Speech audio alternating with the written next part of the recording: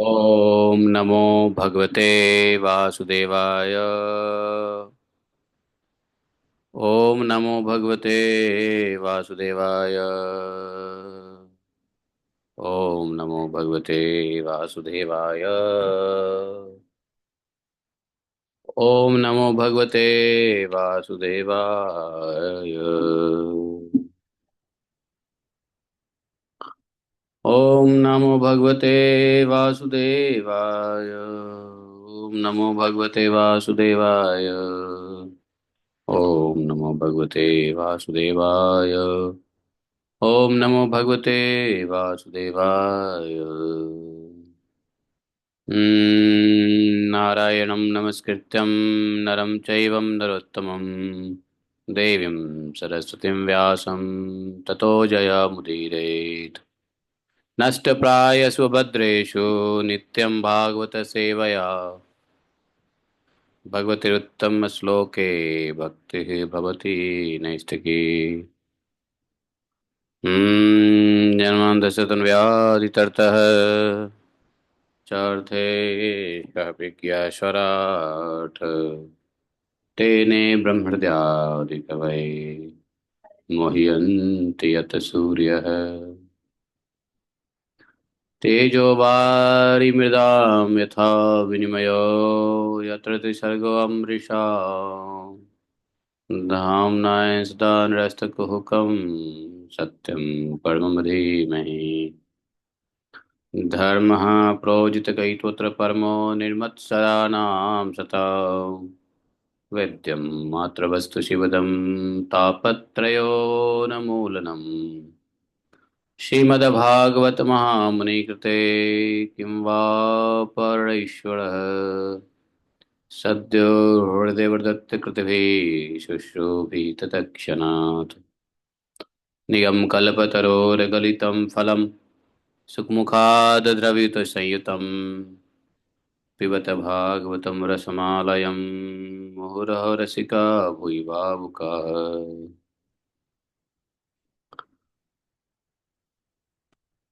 अहं सर्वस्य प्रभवो मत्तः सर्वं प्रवर्तते इति मत्त्वं भजन्ते मां बुधा भावा समन्विता मच्चित्ता मद्गतप्राणा बोधयन्तः परस्परं कथयश्च मां नित्यं तुष्यन्ति च रमन्ति च तेषां सततयुक्तानां भजतां प्रीतिपूर्वकं ददामि बुद्धियोगन्तं येन मापुयान्ति ते तेषामेवानुकम्पार्थम् अहम् अज्ञानजं तमः नाशात्मि भावस्थो ज्ञानदीपेन भाषुता अहमेवासमेवाग्रं नान्यत् सत् असत्परं पश्चादमते तस्य एव शिष्येत्वस्म्यहम् तृतीयर्थं यत् प्रतीयेत न प्रतीयेत चात्मनि तद्विद्यादात्मनो माया यथा भासो यथात्मा यथा मान्ति भूतानि भूतेषु चावचश्वनो पृष्ठान्यं पृष्ठानि तथा तेषु न तेष्वम् एतावदेव जिज्ञासं तत्त्वजिज्ञासुनात्मना अन्नव्यतिरेकाभ्यां यत् स्यात् सर्वत्र सर्वदा हरे कृष्ण कृष्ण कृष्ण हरे हरे हरे राम राम राम हरे हरे। बोले ग्रंथराज श्रीमद्भागवत महापुराण की जय। शिला प्रभुपाद की जय।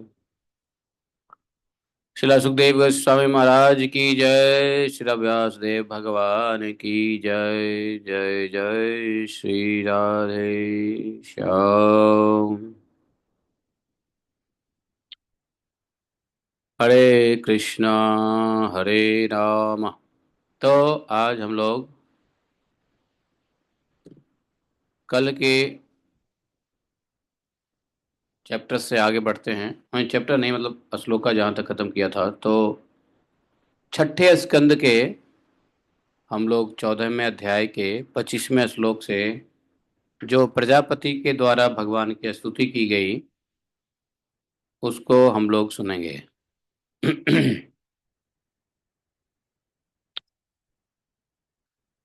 प्रजापति किसके पुत्र हुए?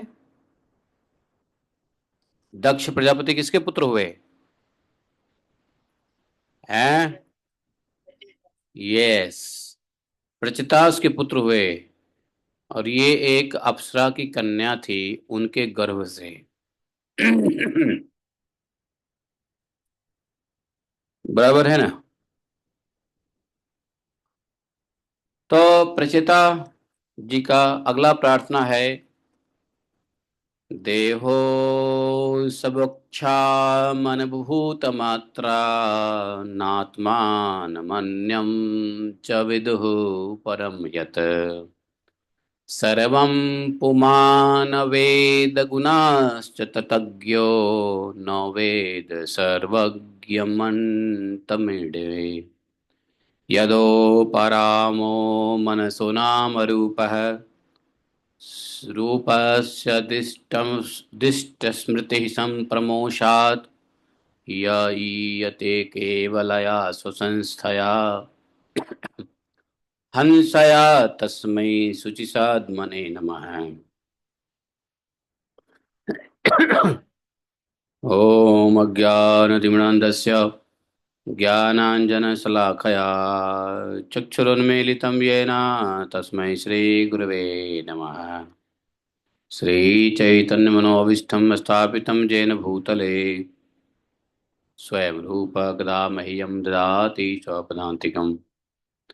वन्देऽहं श्रीगुरोः श्रीपत्कमलं श्रीगुरो न वैष्णवांश्च श्रीरूपं सागरजातं सहगणरघुनाथान्वितं तं सजीवम् साद्वैतं सावधूतं परिजनसहितं श्रीकृष्णचैतन्यदेवं श्री राधा कृष्णपादान् सहगणललिता शिविशाखान्वितांश्च हे कृष्ण करुणा सिंधौ दीनबंधु जगतपते गोपेश गोपिका कांतं राधा कांतं नमोस्तुते।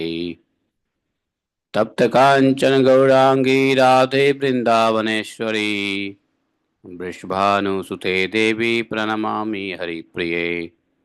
वाञ्छाकल्पतरुभ्यश्च कृपा सिन्धुभय च पतितानां पापनेभ्यो वैष्णवेभ्यो नमो नमः। जय श्री कृष्ण चैतन्य प्रभु नित्यानंद श्री अद्वैत गदाधर श्रीवासादि गौर भक्तवृंद। हरे कृष्ण कृष्ण कृष्ण हरे हरे हरे राम राम राम हरे हरे। बोले ग्रंथराज श्रीमद् भागवतम की जय।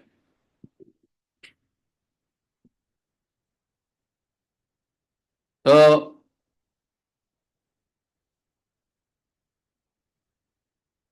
हम लोग भगवान की स्तुति ही कर रहे हैं। दक्ष प्रजापति के द्वारा जो स्तुति हुई उसका हम लोग आगे श्रवण कर रहे हैं। तो आज नरसिम्हा जयंती है। भगवान श्री श्री नृसिम्हदेव जी का अवतरण दिवस। लगभग आज के दिन ही संध्या के समय में भगवान का अवतरण हुआ था। भक्तराज प्रहलाद महाराज की सुरक्षा के लिए।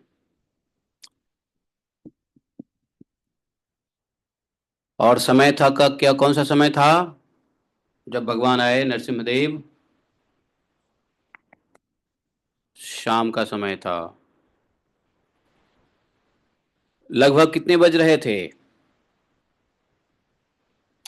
7 बज रहे थे।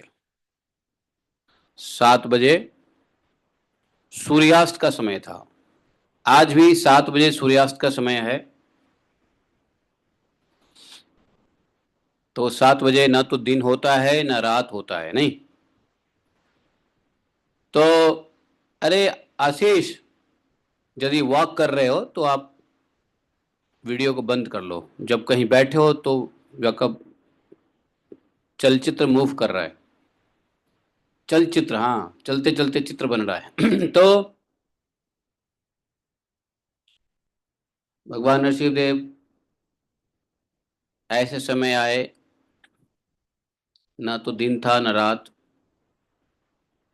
ऐसे योनि में प्रकट हुए जो ना तो मनुष्य ना तो पशु,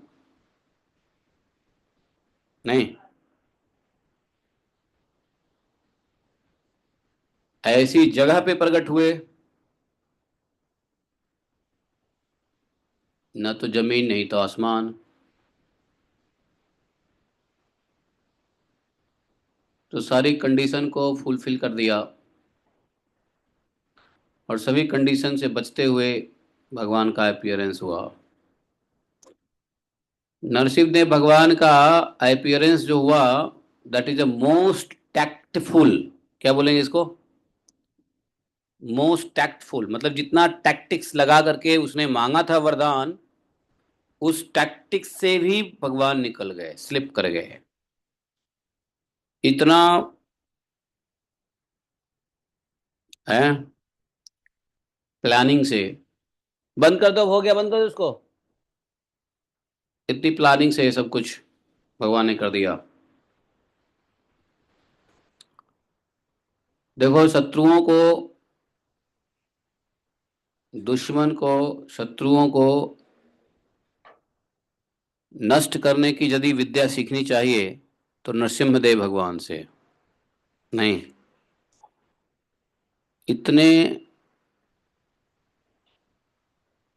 हम्म शर्तों को उल्लंघन नहीं करते हुए इतने कंडीशंस डाले गए थे, उन सब का उल्लंघन बिना किए हुए नरसिम्हदेव भगवान का प्रकट हुआ, और अपना काम जो है भक्तराज प्रहलाद की सुरक्षा किए। नहीं, चाहे कितनी भी कंडीशन क्यों ना हो, कैसे भी कंडीशन क्यों ना हो, इम्पोज्ड कंडीशंस, बुद्धि से उसको कंडीशन से बचते हुए, विदाउट वायलेटिंग द कंडीशंस, शत्रु का नाश करना नरसिंह भगवान से सीखना चाहिए। एक माता जी हैं, कल बड़ा खुश होकर मैसेज करती हैं, प्रभु जी देखिए नरसिंह चतुर्दशी और वार एंड। किधर वार एंड? वार अभी चालू है, नरसिंह भगवान आए हैं तो। क्या बात करते हो, हैं? क्या है माता जी, आइए, नहीं आइए? आइए माता जी, हो स्नेहा माता जी, कहाँ हो? अभी वार चालू हुई है, एंड नहीं हुआ है। नहीं, अरे मैंने अब कहा ना, किस किस पे भरोसा नहीं करना चाहिए।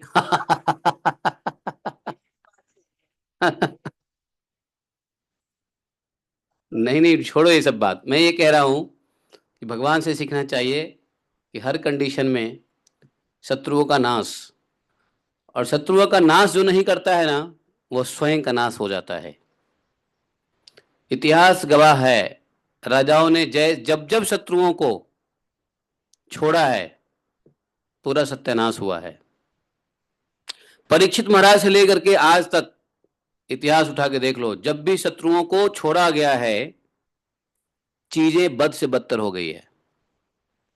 कली को छोड़ा, शरणागत नियम को पालन करते हुए, शरणागत के नियम का, धर्म को पालन करते हुए कली को छोड़ दिया परीक्षित जी ने। अगर ना छोड़े होते तो, एक धर्म का पालन ना कर लेते तो क्या होता? कलयुग के प्राणी की रक्षा करने के लिए अगर एक धर्म को पालन नहीं भी करते तो क्या होता? शरणागत धर्म नहीं पालन करते, कली को वही नाश कर देते, क्या होता? कली आता ही नहीं। नहीं, तो यदि उसको भगवान की लीला समझते हो, तो इसको भी भगवान की लीला ही समझो, कि शत्रु को जब जब छोड़ा गया है, तो उसमें भगवान की लीला ही समझो कलयुग में, कि कुछ जीवों को सजा देने के लिए असुर का रहना जरूरी है ना।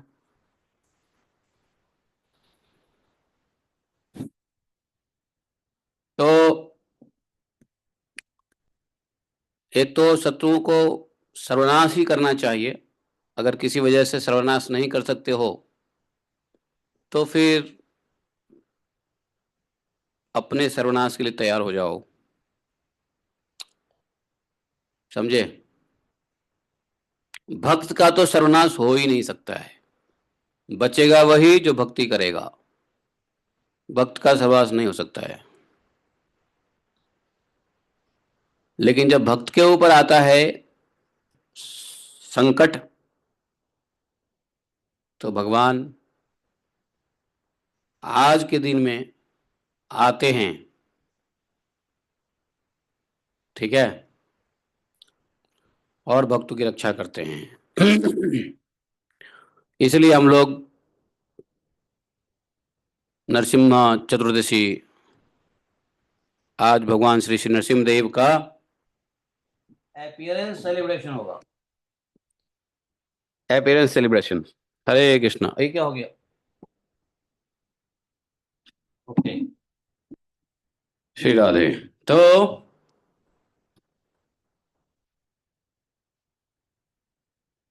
आज हम लोग शाम को विशेष हवन करेंगे। नरसिम्हदेव भगवान के लिए हवन, ठीक उसी समय पे जब नरसिम्हदेव प्रकट हुए थे। तो हवन जो करेंगे, यज्ञ छत पे करेंगे। और उसमें 6:30 से शुरू होगा और 7:30 तक चलेगा। 7 बजे सनसेट के समय भगवान अपीयर होंगे और स्वाहा स्वाहा करते हुए भगवान का स्वागत करें तो ज़्यादा अच्छा है। तो आज हवन होगा। आप लोग चाहो तो पार्टिसिपेट करो। ऑनलाइन लाइव कर देंगे। बोले श्री नरसिम्हदेव भगवान की जय। लास्ट में हम लोग नरसिम्हा आरती भी करेंगे, नरसिम्हा स्तुति भी करेंगे। नरसिम्हा कवच धारण करते ही हैं हम लोग, रोज रोज नहीं करते हैं? आज भी धारण किया ही है नरसिम्हा कवच। तो आज विशेष भगवान नरसिम्हा देव के प्रकट्य दिवस पर आहुतियां। ऐसे ही भगवान भक्त वत्सल, भक्त रक्षक, भगवान की स्तुति दक्ष प्रजापति कर रहे हैं। दक्ष प्रजापति ने कहा, देहो सबोक्षा मनबो भूत मात्रा। क्या मतलब हुआ? देह, प्राण, इंद्रिय, अंतःकरण की वृत्तियां। देह शरीर, प्राण, इंद्रिय, अंतःकरण की वृत्तियां। ये और 5 महाभूत और 5 तन्मात्राएं, ये सब जड़ हैं। और जड़ होने के कारण अपने को और अपने से अतिरिक्त को भी नहीं जानते। परंतु जीव इन सब को और इनके कारण सत्व, रज और तम, इन 3 गुणों को भी जानता है।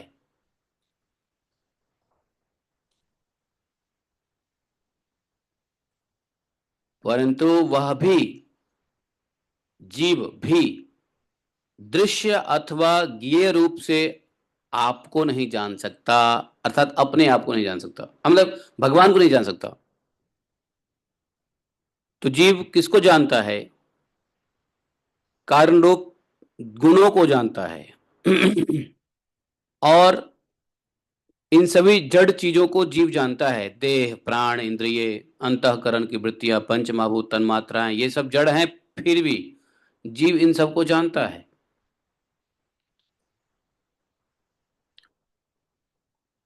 गुणों को भी जीव जानता है, लेकिन वह भी आपको नहीं जान सकता, क्योंकि आप ही सबके ज्ञाता और अनंत हैं। इसलिए हे प्रभु, मैं केवल आपकी स्तुति करता हूं।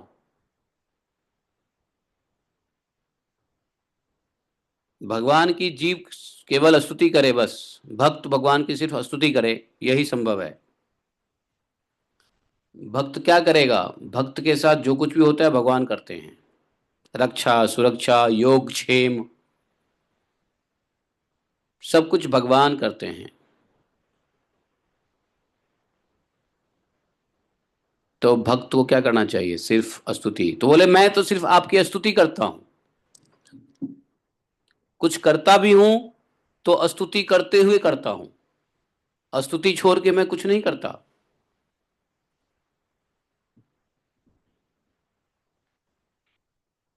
हमारे यहाँ की परंपरा है कि कोई कुछ कुछ भी काम करते हैं तो उसमें पहले भगवान का नाम लेके खाते हैं, तो भगवान को ध्यान करके, कुछ कहीं निकलते हैं तो भगवान को प्रणाम करके, कहीं से आते हैं तो भगवान को प्रणाम करते हैं, कोई काम शुरू करते हैं, नौकरी पे जाते हैं या बिजनेस का शटर खोलते हैं तो पहले भगवान को याद करते हैं, नहीं करते हैं? ये सांस्कृतिक, हाँ, सनातनी सांस्कृतिक है कि नहीं है? आदमी, एक सनातनी व्यक्ति जब अपने ऑफिस में जाएगा तो पहले जाते ही पहले अपने कंप्यूटर को छुएगा, हाँ, प्रणाम करेगा, है कि नहीं? ये ब्लड में है भाई, है। आज भी करते होंगे लोग, नहीं करते हैं? आज करते ही हैं, कोई नया काम करने से पहले। अब ये बात अलग की है कि महिलाएं किचन में जाने से पहले, किचन में जाते ही जो है ना, वो चूल्हे चौकी को प्रणाम नहीं करती है। ये महिलाएं भूल गई है, पक्की बात है, आज की महिलाएं भूल गई है। पहले महिलाएं क्या करती थी? चूल्हा चौकी छूने से पहले, कुछ करने से पहले पहले ऐसे करके प्रणाम करती थी, ऐसे अपने आंचल लेती थी। माताएं, मैंने मुझे याद है, माताएं आंचल लेके पहले चूल्हे को, पहले चूल्हे को लीपी पोती होती, लीपा पोती तो कर ही देते हैं, थोड़ा सूख जाए आधे एक घंटे में तो पहले प्रणाम करते, फिर उसमें दिया जलाते, आई मीन आग जलाते। ये संस्कृति है। लेकिन अब स्टोव गैस वैस होने से लोग भूल गए हैं, है ना? किचन में जाने के बाद नहीं करते हैं गैस को पहले प्रणाम। करते हैं आप लोग? कोई नहीं करते होंगे, पक्के नहीं करते होंगे, मुझे ऐसा महसूस होता है। तो कोई भी काम करने से पहले भगवान की स्तुति होती है, प्रार्थना होती है।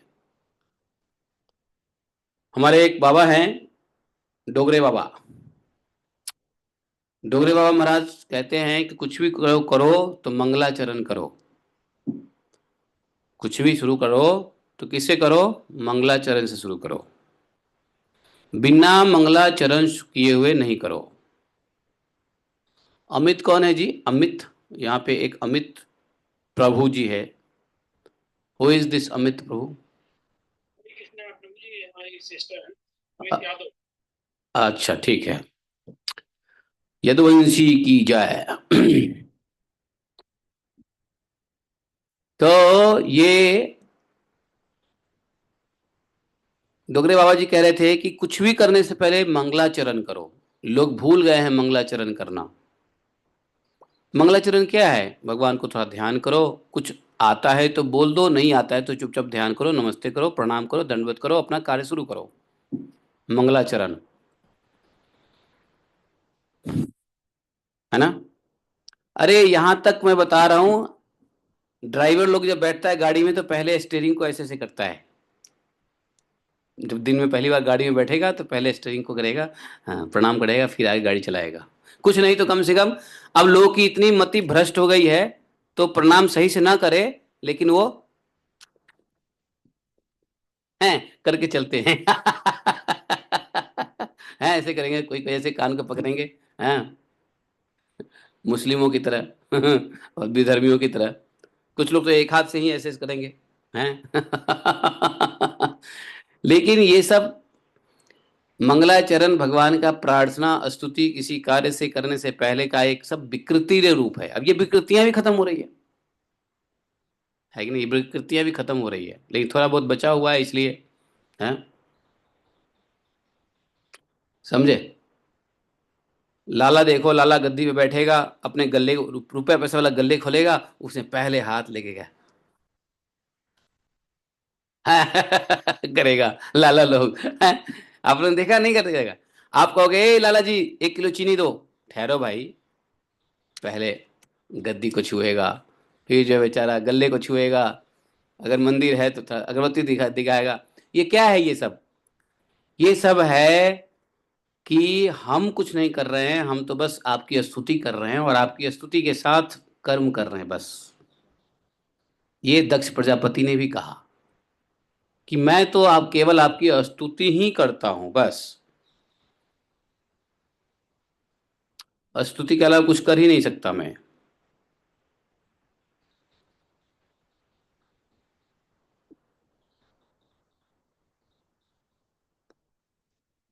जब समाधि के समय प्रमाण, विकल्प और विपर्य रूप विविध ज्ञान और स्मरण शक्ति का लुप्त हो जाते हैं, तो लुप्त होने के बाद इस नाम रूपात्मक जगत का निरूपण करने वाला मन उपरत हो जाता है।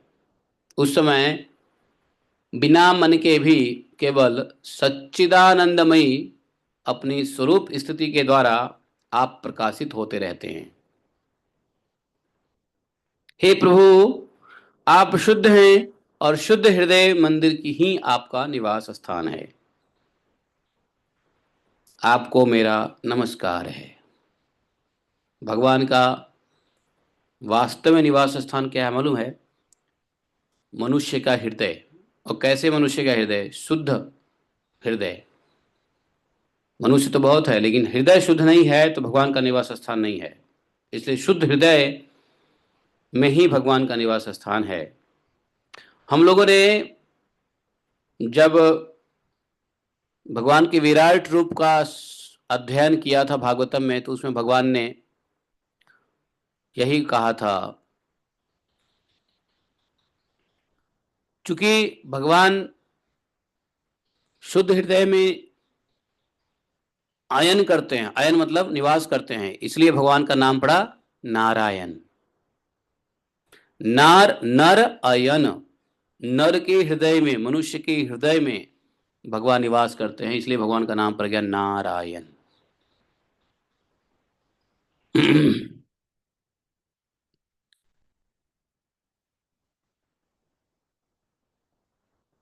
लेकिन हृदय शुद्ध होना चाहिए। आपको मेरा नमस्कार है।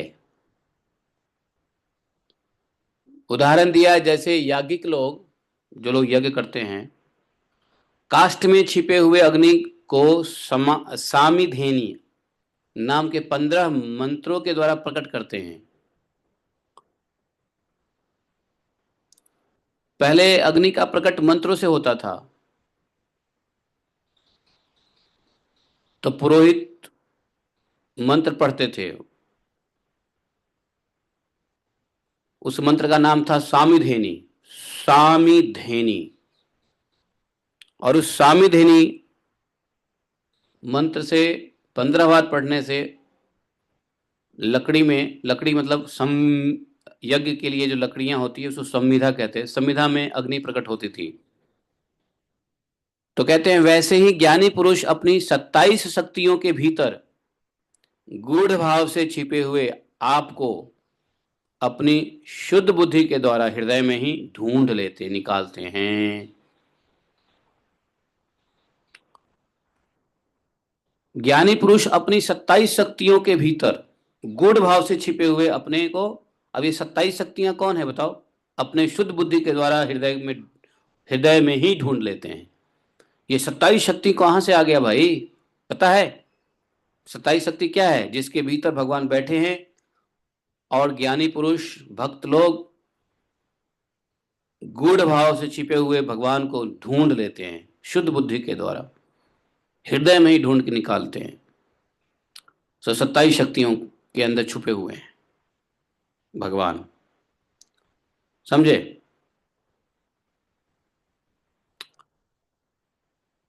तो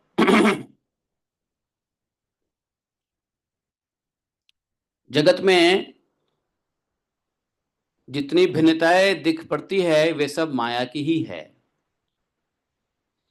माया का निषेध कर देने पर केवल परम सुख के साक्षात्कार स्वरूप आप ही अवशेष रहते हैं। परंतु विचार करने लगते हैं तब आपके स्वरूप की माया की उपलब्धि निर्वचन नहीं हो सकता। अर्थात माया भी आप ही हैं। इसलिए सारे नाम, सारे रूप आप ही के हैं।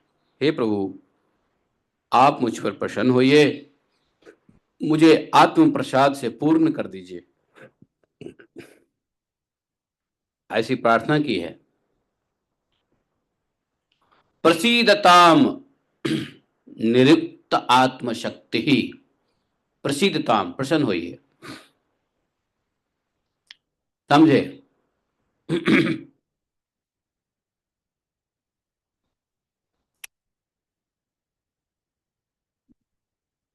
इस संसार में जितनी भी विविधताएं दिख पड़ती है वे सब भगवान की माया है। माया का निषेध कर देने पर केवल परम सुख के साक्षात्कार रूप भगवान ही अवशेष रहते हैं। हम्म। अर्थात भगवान के माया, अर्थात माया भी आप ही हैं। निर्वाचन नहीं हो सकता, माया भी आप ही हैं। इसलिए सारे नाम सारे रूप आप ही के हैं।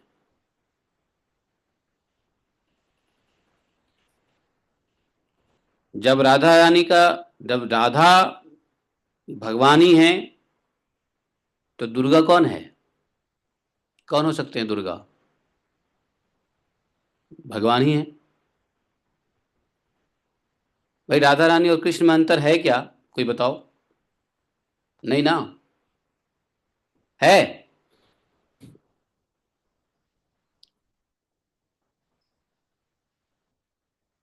अरे इसमें आवाज नहीं आ रही है क्या? कहाँ गया साउंड? हाँ साउंड तो फुल है, ठीक है। ओके। तो ऑडिबल है, समझ सुन रहे हो सबके सब? कल मैं, हाँ कल मैं घूमते घूमते पहुंच गया दुर्गा देवी जी के मंदिर में। कल गोवर्धन पे, हाँ गोवर्धन नहीं, यहीं पे राधा कुंड के पास में ही दुर्गा देवी की मंदिर है। जानते हो? परिक्रमा मार्ग पे, इधर जब वृंदावन से आते हैं तो जो टी पॉइंट है उसे लेफ्ट जाओगे तो नीचे एक दुर्गा देवी का मंदिर है, बड़ा बढ़िया बड़ा कैंपस है। किसी ने देखा है? नहीं देखा होगा।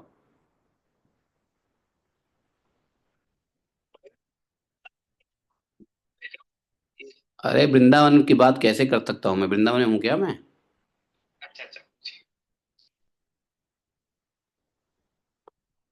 तो कल मैं वहां पहुंच गया। वहां पे देखोगे तो दो दो डीटी हैं।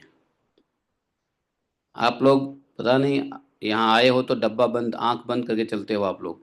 इतना बड़ा दुर्गा देवी का मंदिर है। परिक्रमा शुरू करते ही टी पॉइंट से परिक्रमा लेफ्ट शुरू करोगे तो लेफ्ट हैंड साइड में ही आता है, नीचे नाला के नीचे ही है मंदिर, परिक्रमा मार्ग पे ही है। दुर्गा देवी हैं और दुर्गा देवी के साथ में नीचे में राधा रानी का बाल रूप है, ये भी है वहां पे। तो कल कुछ ऐसा ही महसूस हो रहा था।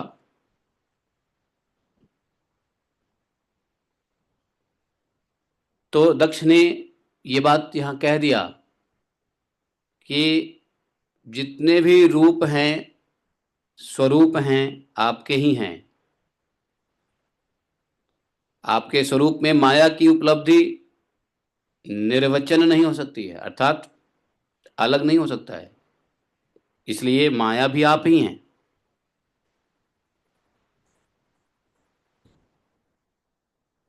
हमने एक वीडियो बनाया था, आप लोगों ने सुना था कि नहीं सुना था? उसमें गुरु वाले में वीडियो बनाया था, गुरु कैसे, क्या गुरु के बारे में एक वीडियो बनाया था ना।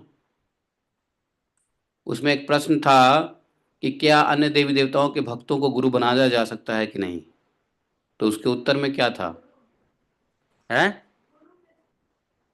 हाँ। नहीं, उसमें एक प्रश्न था बीच वीडियो में कि अन्य देवी देवताओं को गुरु के भक्तों को गुरु बनाया जा सकता है कि नहीं है, अन्य देवी देवता के उपासक को गुरु बनाया जा सकता है कि नहीं। तो यहाँ पे समझ लो कि अन्य देवी देवता के भी अगर उपासक हैं, लेकिन उस देवी देवता के अंदर में भी वो कृष्ण ही देखते हैं, अर्थात भक्ति कृष्ण की करते हैं। उपासक बेशक वो दुर्गा की हो, उपासक बेशक वो काली की हो, लेकिन वो भक्ति कृष्ण की करते हैं, अर्थात काली, दुर्गा और अन्य में भी यदि भगवान कृष्ण को ही देखते हैं, उन्हीं की भक्ति समझ में आती है, तो ऐसे अन्य देवता देवियों के उपासक भी वैष्णव ही हैं, और वो भी, उनसे भी, उनको भी गुरु बनाया जा सकता है यदि वो तत्व ज्ञानी है तो, यदि वो कृष्ण कॉन्शियस के ज्ञानी है तो। इसलिए पूजा और भक्ति में बड़ा अच्छा से अंतर बताया था कि भगवान कृष्ण की भक्ति के साथ साथ किसी और की पूजा हो सकती है, भक्ति नहीं। भक्ति तो सिर्फ कृष्ण की होगी, पूजा अन्य देवी देवताओं की हो सकती है।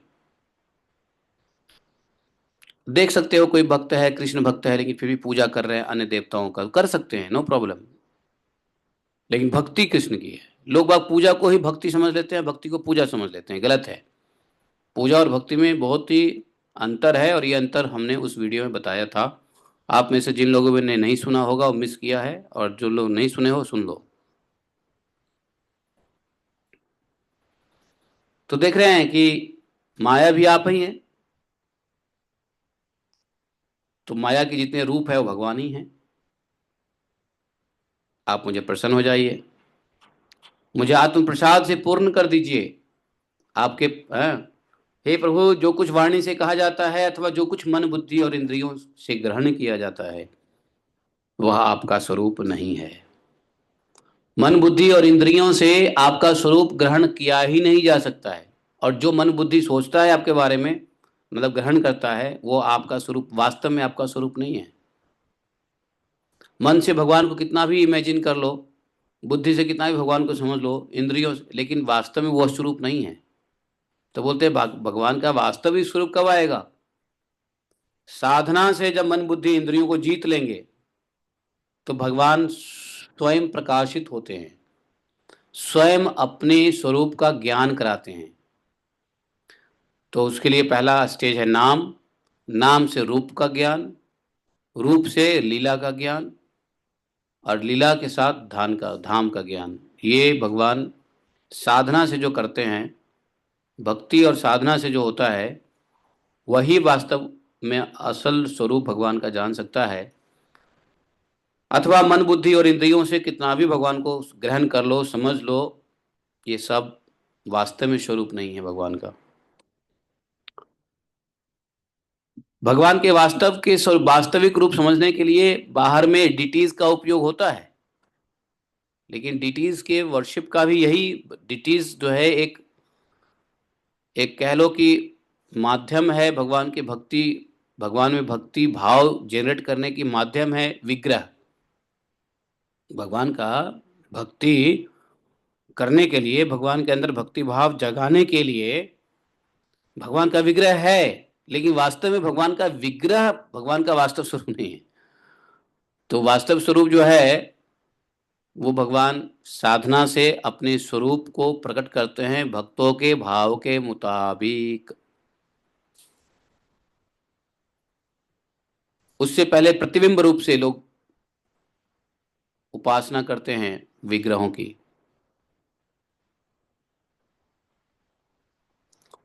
बोले कि भगवान मन बुद्धि इंद्रियों से ग्रहण नहीं किया जा सकते हैं, भगवान का स्वरूप नहीं जाना जा सकता। क्यों क्यों नहीं जाना जा सकता है? मन बुद्धि इंद्रियों से भगवान के स्वरूप को क्यों नहीं जाना जा सकता है?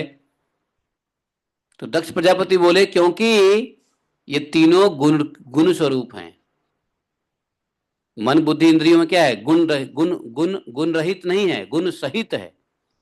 सहित मतलब विद द गुणास, एंड रहित मतलब विदाउट द गुणास।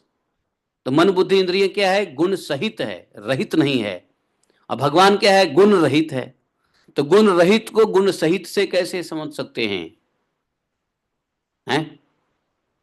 तो इसलिए नहीं जान सकते हैं मन बुद्धि इंद्रियों से, क्योंकि ये मन बुद्धि इंद्रियां गुण सहित है, गुण रूप है, गुणमय है।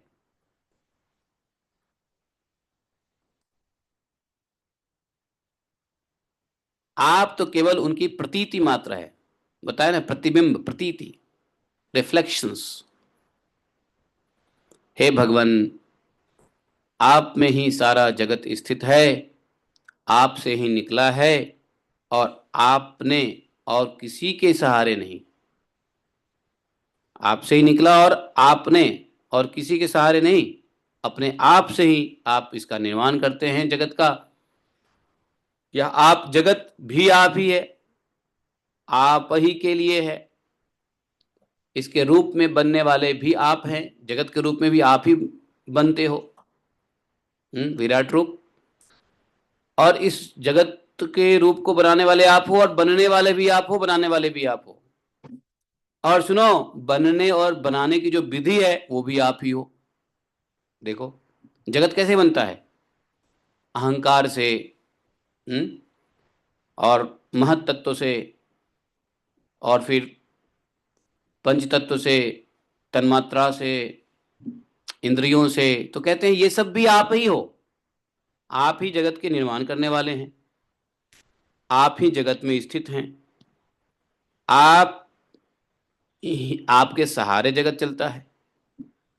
बल्कि जगत बनता भी है तो बनाने का रूप भी, स्वरूप भी आप ही का है, जगत का स्वरूप आप ही का है। और जगत आपने जो बनाया है अपने स्वरूप में, वो भी आप ही के लिए है। बनाने वाले भी आप, बनने वाले भी आप, बनाने का जो विधि है वो भी आप ही सबसे काम लेने वाले भी हैं। जब कार्य कारण का भेद नहीं था तब भी आप स्वयं सिद्ध रूप से स्थित थे। इसी से आप सबके कारण भी है। सच्ची बात तो यह है कि आप जीव जगत के भेद और स्वगत भेद से सर्वथा रहित एक अद्वितीय हैं। आप स्वयं ब्रह्म हैं। आप मुझ पर प्रसन्न हो जाइए। तद ब्रह्म तद्धेरुतरं तन्नमेदम। अन्न में अन्न न न अन्य तद्धेतु तद्धेतु न अन्नदेकम। एकम, एक आप ही हैं, एकम। हे प्रभु, आपकी ही शक्तियां वादी प्रतिवादियों के विवाद और संवाद का विषय होता है,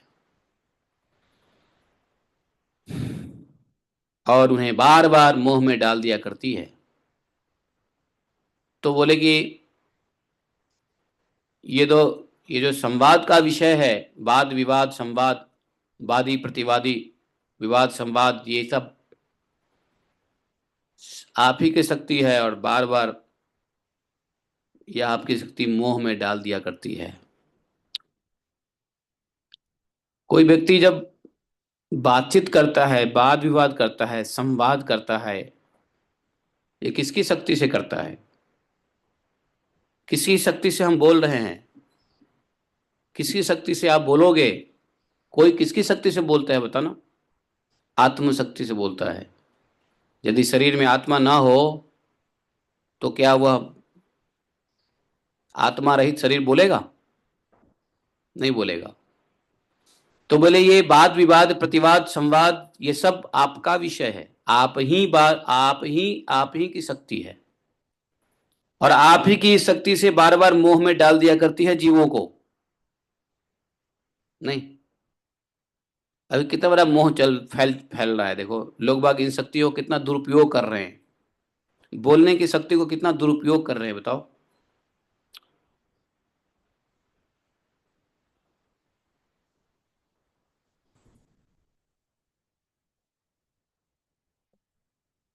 तो भगवान ने जो बोलने की शक्ति दिया है, तो उसका प्रयोग क्या हो सकता है बढ़िया?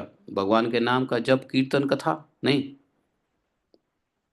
नहीं तो इसके अलावा जो कुछ भी करेंगे वो इस शक्ति का नाश ही है, ह्रास है। नहीं, भगवान के वाद प्रतिवाद विवाद संवाद जो शक्ति है, भगवान का यह एक विषय शक्ति है, उसका सदुपयोग करना चाहिए, दुरुपयोग नहीं।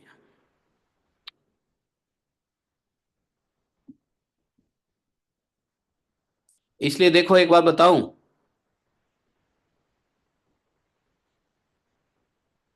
आपने देखा होगा जिस व्यक्ति का मन खराब होता है, कौन से व्यक्ति का मन बहुत खराब रहता है बताओ? पागल। पागल व्यक्ति ऐसा होता है जिसका मन बहुत ज्यादा खराब है। और आंशिक रूप से पागल हम लोग भी कभी कभी होते हैं। मन खराब हो जाता है तो। और कुछ व्यक्ति है जो पूर्ण रूप से पागल हो जाता है, तो जो पागल होता है पूर्ण रूप से उसकी मन खराब हो जाती है।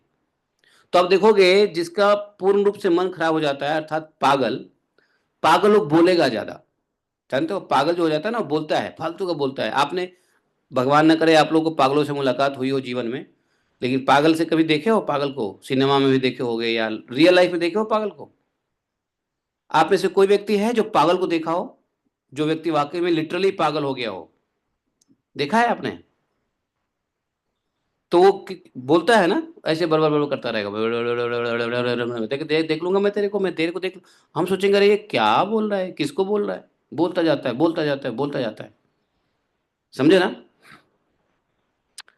अगर पागलों के बारे में जानना हो, देखना हो, तो पागल खाने चले जाओ एक बार, देखो कितनी चीख पुकारें होती है। अनावश्यक बोलते रहते हैं पागल लोग, अर्थात जो लोग अनावश्यक बोले वो पागल के बराबर ही है। प्रूफ हो गया ना? प्रूफ हो गया। इसलिए अनावश्यक बोलने वाले को पागल के कैटेगरी में माना जाता है। क्यों? भगवान की यह शक्ति है, उस शक्ति का दुरुपयोग करने वाला पागल ही होगा, है। तो इसलिए इस शक्ति का नाप तोल के प्रयोग करनी चाहिए।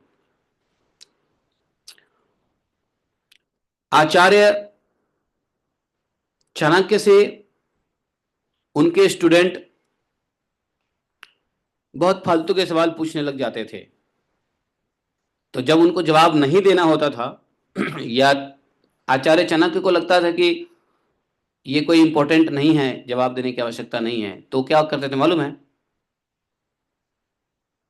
तो बहुत बार चुप रहते थे, जवाब ही नहीं देते थे।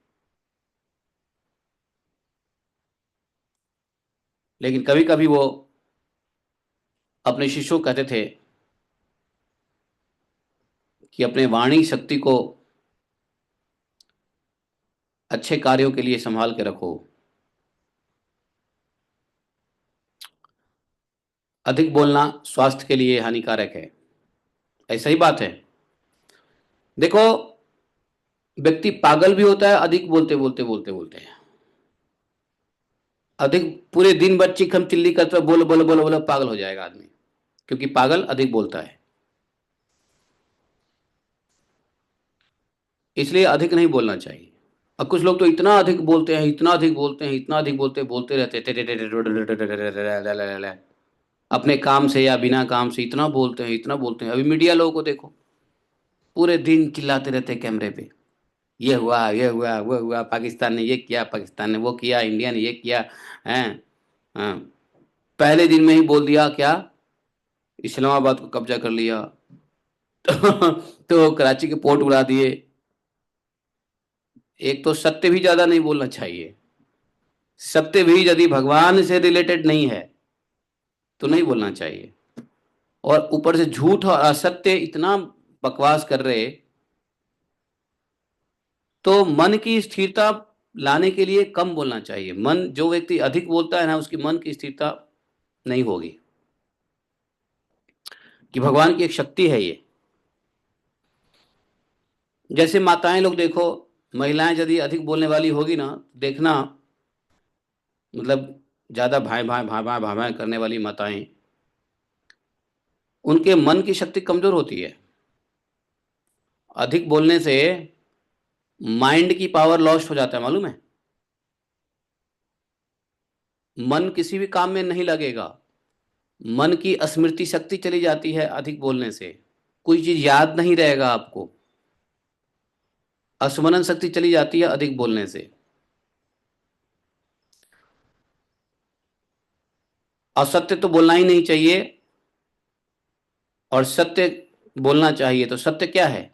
सत्य भगवान है, तो भगवान की कथा बोलो, भगवान का नाम जप करो, उससे मन की शक्ति आएगी, मन को दिशा मिलेगा।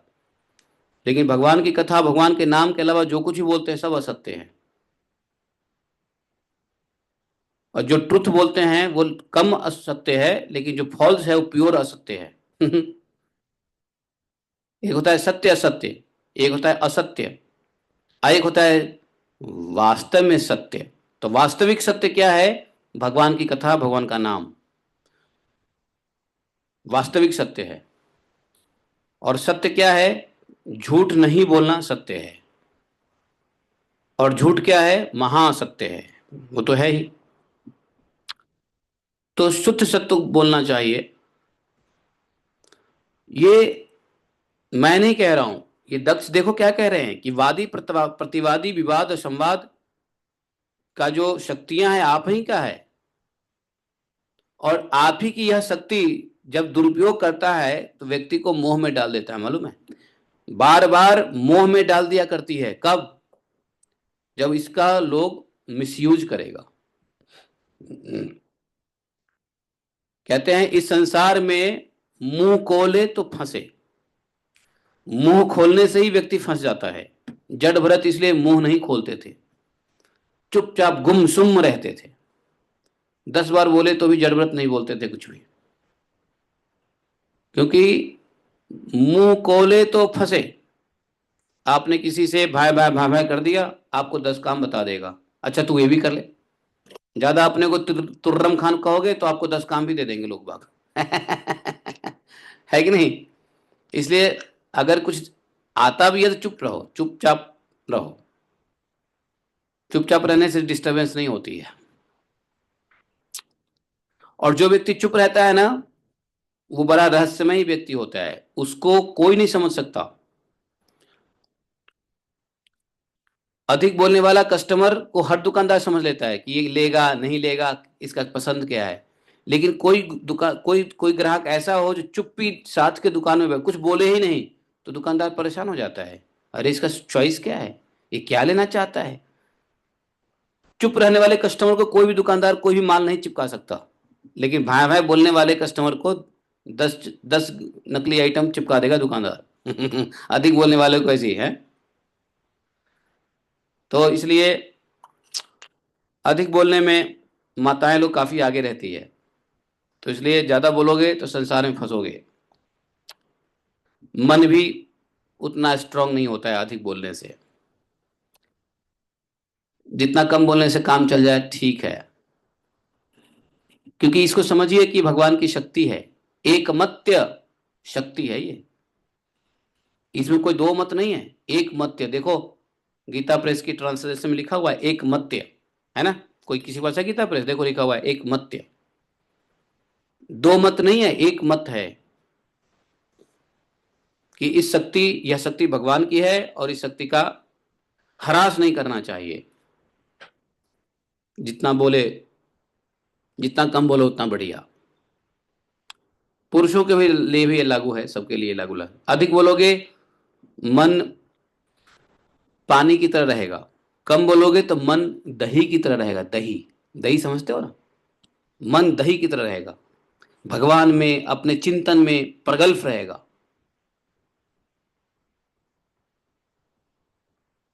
हम्म। मैंने एक बात महसूस किया हुआ है, अरे कहा भी जाता है mouth is drainage system of thought. जानते हो? Mouth is the drainage system of thought. मुंह जो है विचारों की नाला है, जिससे विचार बह जाते हैं। मुंह मुंह चपड़ चपड़ करने से, ज्यादा बोलने से, अधिक बोलने से विचार जो है वो बह जाता है पानी में। ड्रेन, ड्रेन क्या कहते हैं? ड्रेनेज। तो मुंह मुंह नहीं है, अगर अधिक बोल लिया तो विचारों का नाला है जो निकल जाता है। विचार नहीं टिकेगा मन में, इसलिए विचार को टिकाने के लिए कम बोलना पड़ेगा। तो विचार मन में जम जाएगा दही की तरह, और बोलते रहेंगे तो मन में विचार पानी की तरह रहेगा। ऐसे आएगा बह जाएगा। पानी क्या होता है? आता है बह जाता है। दही एक बार जम जाता है तो बहता नहीं है, वो पड़ा रहता है। और जमता रहता है और जमता रहता है। तो इसलिए mouth is drainage system of thought. एक माता जी थी। वैसे तो कई माता जी आई गई मेरे जीवन में।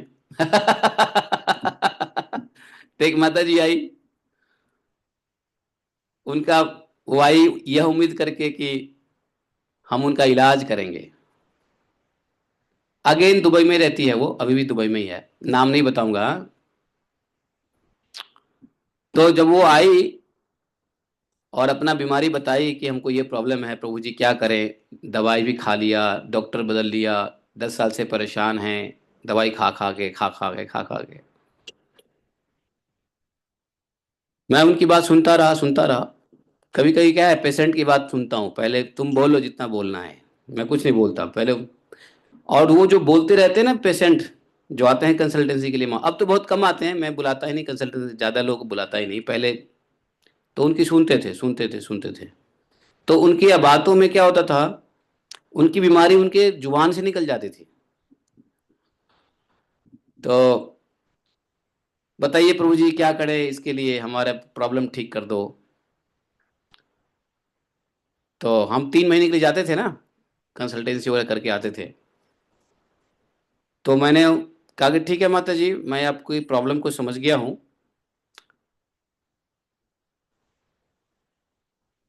तो आपके लिए कुछ मेडिसिन लिखता हूँ, उसको आप लोगे। हैं, आप भी मेडिसिन देते हो? मैंने सुना मेडिसिन तो देते नहीं। हमने कहा अरे भाई, मेरा मेडिसिन जो है वो मैं दे रहा हूँ। तो पता है पहला मेडिसिन क्या था वो माता जी के लिए? आप लोग आश्चर्य करोगे कि आप मौन व्रत करोगे। पहला मेडिसिन था कि मौन व्रत। ये क्या होता है? उनका आपको चुप रहना है हफ्ता में 2 दिन, आपको 24 घंटे के लिए बोलना ही नहीं है। बोले कि ये संभव ही नहीं है। हमने कहा यही मेडिसिन है। आप हफ्ता में 2 दिन नहीं बोलेंगे तो 3 हफ्ते में आपकी बीमारी 50% ठीक हो जाएगा। बाकी जैसे खाते पीते हो खाते पीते रहो, आपके शरीर में कोई बीमारी नहीं है। जो बीमारी है वो यही है, अधिक बोलने वाली। अब वो तो चुप हो गई, कहती है ये तो संभव ही नहीं मेरे से, मैं चुप रह नहीं सकती हूँ। हमने कहा बस यही बीमारी है और कोई प्रॉब्लम नहीं है, आप चुप रहें। और लिटरली मेरे कहने पे उन्होंने साइलेंस फास्ट किया, चुप रहने का फास्ट। बड़ी मुश्किल से बेचारी चुप रही 1 दिन के लिए। और उनके पतिदेव का फोन मेरे पास आया कि प्रभु जी आपने तो कमाल कर दिया, आपने तो कमाल कर दिया, हमारी पत्नी का मुंह बंद कर दिया आपने। जो मैं ना कर सका जीवन भर। और उनके पतिदेव के नजर में मैं बड़ा जोगी सिद्ध पावरफुल आदमी हो गया है। वो बेचारा मुझे ऑफिस बुलाए, आप आओ हमारे ऑफिस आओ। हाँ, आपने तो मेरा बड़ा टेंशन दूर कर दिया, आज जैसी शांति नहीं घर में थी, आज जैसी शांति कभी अनुभव नहीं हुआ आपने तो, मतलब बताओ। है, जैसे गांधी जी ने बिना हथियार के अंग्रेजों को भगा दिया, ऐसे ही बिना दवाई के आपने हमारी पत्नी का मुंह चुप कर दिया। सच बता रहा हूँ, ये एकदम सच घटना है। मैं नाम नहीं बताऊंगा उस माता जी का, नाम नहीं बताना चाहिए, अभी भी दुबई में ही है वो। हालांकि उनके पति के नजर में मैं बहुत अच्छा व्यक्ति नहीं था। वो हमें बड़े टेढ़े नजर से देखते थे, क्योंकि उनको नेचुरोपैथी में भरोसा नहीं, उनको योगा में भरोसा नहीं, उनको सब एलोपैथी चाहिए। हैं, अंग्रेजी सिस्टम बढ़िया है, तो he was not so comfortable with my practice. लेकिन जब उनकी पत्नी चुप रही 1 दिन के लिए, तो उनको लगा कि नहीं भाई, इस आदमी के अंदर पावर है जो मेरी पत्नी को चुप करवा सकता है, जो मैं पूरी जिंदगी भर नहीं करवा पाया। तब जाके उन्होंने मुझे थोड़ी सी इज्जत देना शुरू किया। पहले तो ऐसे देखते थे, कोई इज्जत नहीं देते थे। उसके बाद थोड़ी सी इज्जत देना शुरू किया। नहीं प्रभु, आपके शब्दों में कुछ तो जान है? तो समझे आप? नहीं समझे आप लोग? सो रहे हो? है, जाग रहे हो? कमल, सुना बात नहीं सुना?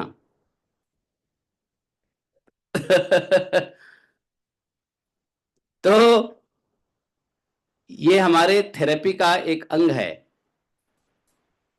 कि नहीं? यहाँ पे पता नहीं को वो है कि नहीं। ईशान कहाँ गया? आज ईशान आया है नहीं आया है? ईशान नहीं है, चला गया लगता है। हैं? नहीं, चला गया ईशान। ईशान को ही मैंने यही कहा था तुम थोड़ा सा साइलेंस फास्ट करो, तो ईशान ने भी किया था साइलेंस फास्ट। आप लोग मौन व्रत के ताकत को, भगवान के इस शक्ति को, ये जो शक्ति है भगवान की, देखो ये 31वें श्लोक देखो। बदताम वादिनम वही यत शक्तयो हो, देखो लिखा हुआ है यत शक्तयो हो। यत शक्तयो मत पढ़ो, इसको इसको तोड़ के पढ़ो। यत शक्तयो हो, ठीक है? 31वां श्लोक देखो माता जी, कौन देख रही है? आप देख रही है? निर्मला माता देख रही हो? 31वें श्लोक में देखो क्या लिखा हुआ है, यच्छक्तयो हो। लेकिन यहां यच्छक्तियों से कुछ नहीं समझ में आएगा, इसको तोड़ो। तोड़ के क्या होता है, यत शक्तयो वदताम वादिनम वै विवाद संवाद भुवो भवन्ति। देखा, कुर्वन्ति चैषा मुहुरात्म मोहम तस्मै नमो अनंत गुणाय भुम्ने। गजब श्लोक है ये। पूरे संसार के प्रॉब्लम को दूर करने का सॉल्यूशन है। श्लोका संख्या 31, 6431, नोट कर लो। पूरी संसार इस श्लोक को समझ जाए तो सारे संसार का कलह नाश हो जाएगा। समझते हो? ये भगवान की शक्ति है। बदताम वादनम वै विवाद वाद संभो भवंती। बोलने की शक्ति, एक मत तो विषय, एक मत है, इसमें कोई दो मत नहीं है। ये सब भगवान की शक्ति है। और भगवान के इस शक्ति को यदि कोई महसूस करना चाहता है तो आप लोग कुछ नहीं, हफ्ता में एक दिन मौन रहो। 24 घंटे के लिए मौन रहो कि 24 घंटे में हमें बोलना ही नहीं है, मौन रहो। और मौन होने के बाद आप ना तो व्हाट्सएप पे किसी को मैसेज डालो, ना लिख के मैसेज डालो, ना किसी को इशारा करके मैसेज डालो, नहीं तो शक्ति नाश हो जाता है इशारा करने से भी। आप कुछ मत करो, चुपचाप मौन रहो। कोई no communication through WhatsApp, internet, chatting, email नहीं, ना तो किसी को इशारा भी करो किसी मामले में। एक दिन करके देखो मेरे कहने से, और 24 घंटे में जो आपको इस शक्ति का महसूस होगा, फिर मुझे 24 घंटे के बाद कहना। आप में से कोई व्यक्ति है जो जीवन में कभी भी एक दिन के लिए मौन व्रत किया हो? यहाँ पे एनीबडी हैव ट्राइड दिस? मैंने इसके बारे में नेचुरोपैथी में काफी कुछ बताया था। किसी ने ट्राई किया मौन व्रत? कौन किया ट्राई, बोलो। प्रथा देवी दासी। हाँ, तो कैसा लगता है? अरे शक्ति, शरीर में शक्ति कैसा लगता है, भगवान की शक्ति कैसा लगता है?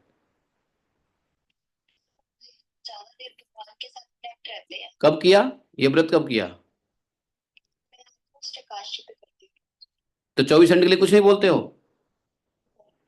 किसी को इशारे से भी नहीं बोलते हो?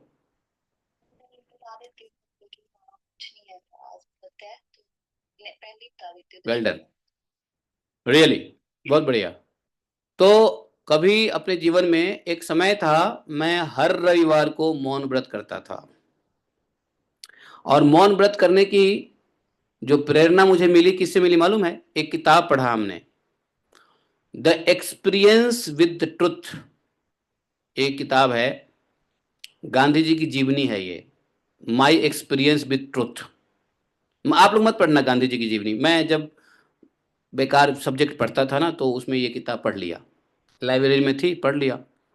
तो उस किताब को पढ़ने से गांधी जी साइलेंस फास्ट की बात बहुत करते थे, और गांधी जी उपवास भी करते थे। गांधी,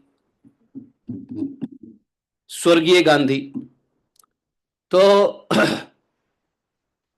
तो स्वर्गीय गांधी जी के उस किताब से हमको प्रेरणा मिली, और हम जाने अनजाने में खूब हफ्ता में एक दिन व्रत करने का नियम ले लिया कि रविवार को हम नहीं कुछ बोलेंगे।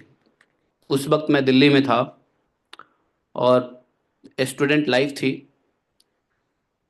संडे को कोई क्लासेस भी नहीं होता था, तो अपने रूम में बैठे रहते थे, चुपचाप अध्ययन करते थे और नहीं बोलते थे। और ये कई महीनों चला। तो उन दौरान मैंने अनुभव किया, और कई बार मैंने जब गल्फ कंट्रीज में रहा तो भी बहुत कम जान पहचान था, तो मैं मौन व्रत वहाँ भी करता था, हफ्ता में एक दिन। तो इसके प्रभाव हमको पता है कितना पावरफुल होता है मानसिक स्तर पे। हाँ, विपासना प्रैक्टिस, यस, आप कह सकते हो विपासना का प्रैक्टिस वही है। और विपासना छोड़ो, मैं विपासना में तो नहीं गया कभी, सच बताऊं, मैं विपासना में नहीं गया। विपासना में इसलिए नहीं गया क्योंकि सबके सब जो है मायावाद है। विपासना मायावाद है, विपासना में मत जाना। लेकिन हाँ, मैं शांति कुंज में गया हुआ हूं, जिसमें 5 दिन मौन व्रत रखते हैं वो लोग, मालूम है ना? शांति कुंज में एक सत्र होता है, मौन व्रत सत्र। वहां एक अलग बिल्डिंग बनी हुई है, उस बिल्डिंग में ही सेकेंड थर्ड फ्लोर पे सारे मौन व्रती लोग एक एक रूम में रहते थे। सुबह में उनसे साधना कराया जाता, सुबह शाम साधना है, भोजन कमरे में ही आता था, और चुपचाप दिन में एक बार चुपचाप लाइन में लग के जाना पड़ता था अखंड ज्योति के दर्शन करने के लिए, शांति कुंज में, हरिद्वार में। कोई शांति कुंज गया हो तो उनको पता है, शांति कुंज में ये मौन व्रत 5 दिन का चलता है। यदि आप लोग को ये साधना करनी हो तो पूरा फ्री है शांति कुंज में। आप लोग पता करो उनसे फोन करके कि ये सालों भर चलता रहता है, 5 डेज का सत्र, 5 दिन का, 7 दिन का। 5 दिन कर लोगे तो 7 दिन के सत्र में जाओगे, 7 दिन कर लोगे तो 14 दिन के सत्र में जाओगे। और शायद कुछ सत्र ऐसे होते हैं जो एक एक महीना भी चलता है, लेकिन वो दूसरे जगह पे चलता है।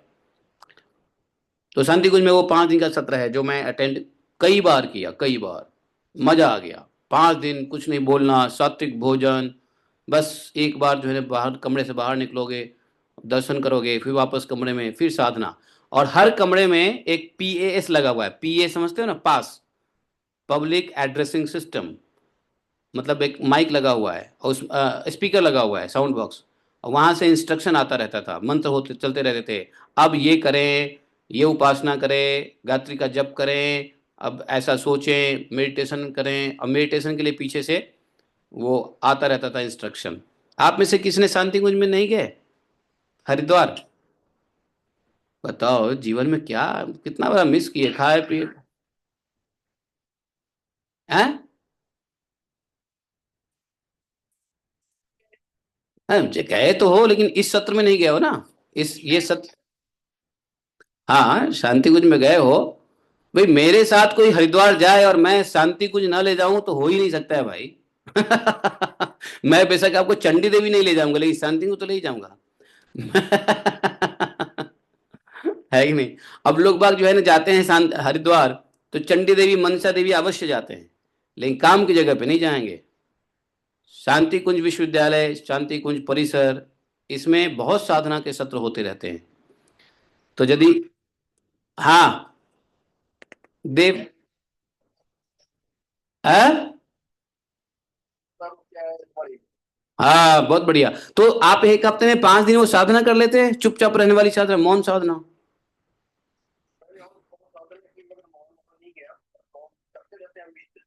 बहुत बढ़िया। तो वहां पे एक बिल्डिंग है पूरा मौन साधना के लिए डेडिकेटेड है वो, तो कोई चाहे तो जा सकते हैं। विपासना मत जाओ, विपासना तो पूरा मायावादी है, पूरा खत्म.com है, मतलब वहां पे तो आपका भक्ति नाश हो जाएगा विपासना में। चाहे देखो ऐसा है, हमको भक्ति चाहे कितना भी अच्छा हो माइंड बॉडी के लिए, लेकिन भक्ति भी तो नाश नहीं होना चाहिए ना। तो वहाँ आपका जो सिस्टम है, वहाँ जो बातें बोलेंगे सब मायावाद है, बेकार है, एकदम बेकार बातें हैं। लोग बड़ा अप्रिशिएट करते हैं विपासना को, मैं नहीं करता। बिकॉज उनकी थॉट पूरा हिटोडॉक्स थॉट है। हिटोडॉक्स समझते हो ना, अनिश्वरवाद। तो हमको अनिश्वरवाद में नहीं जाना है। तो ये मैंने बोला कि 31वें श्लोक में यत शक्तयो वदताम वाद नहीं, भाई इसको अगर समझ लिया तो जीवन के बहुत सारी समस्याएं और शक्ति का नाश होने से बच जाएगा।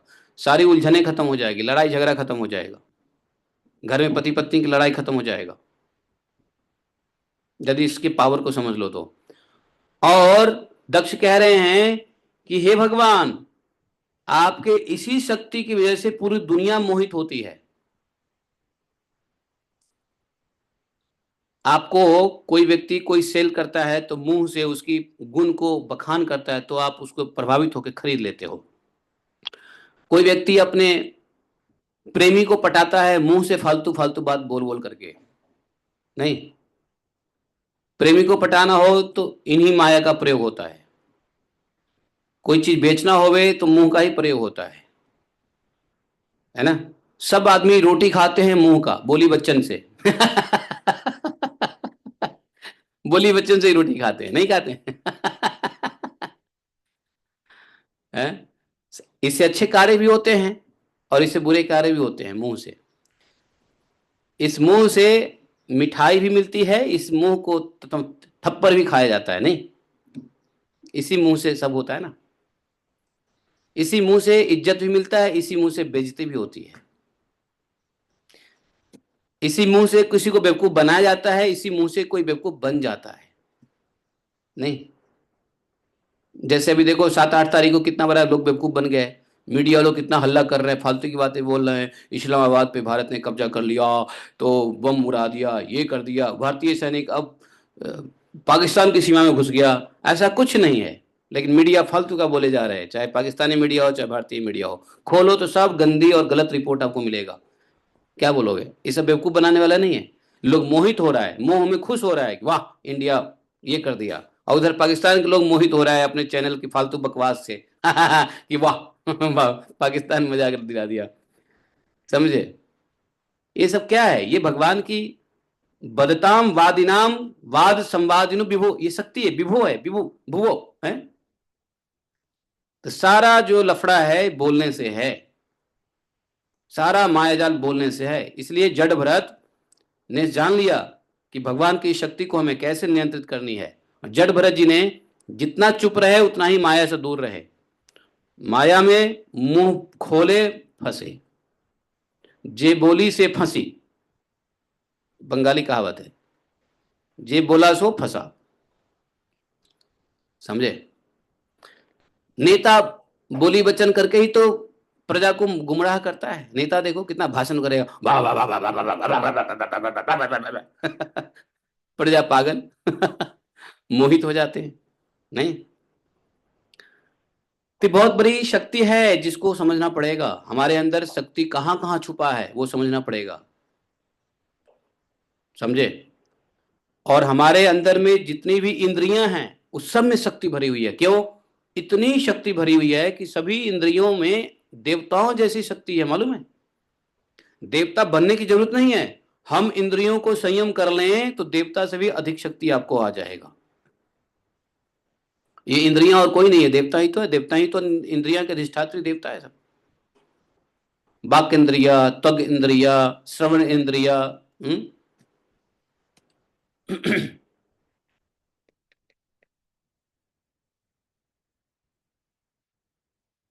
है। कोई स्वर्ग में जाना चाहता है इसलिए थोड़ी ना जाना चाहता कि देवताओं से मिलना है। अरे देवता तो आपके अंदर बैठे पड़े हैं। देवता तो गौ माता के अंदर बैठे पड़े हैं। इस शरीर में जब नारायण हैं तो बाकी देवता क्यों नहीं रहेंगे?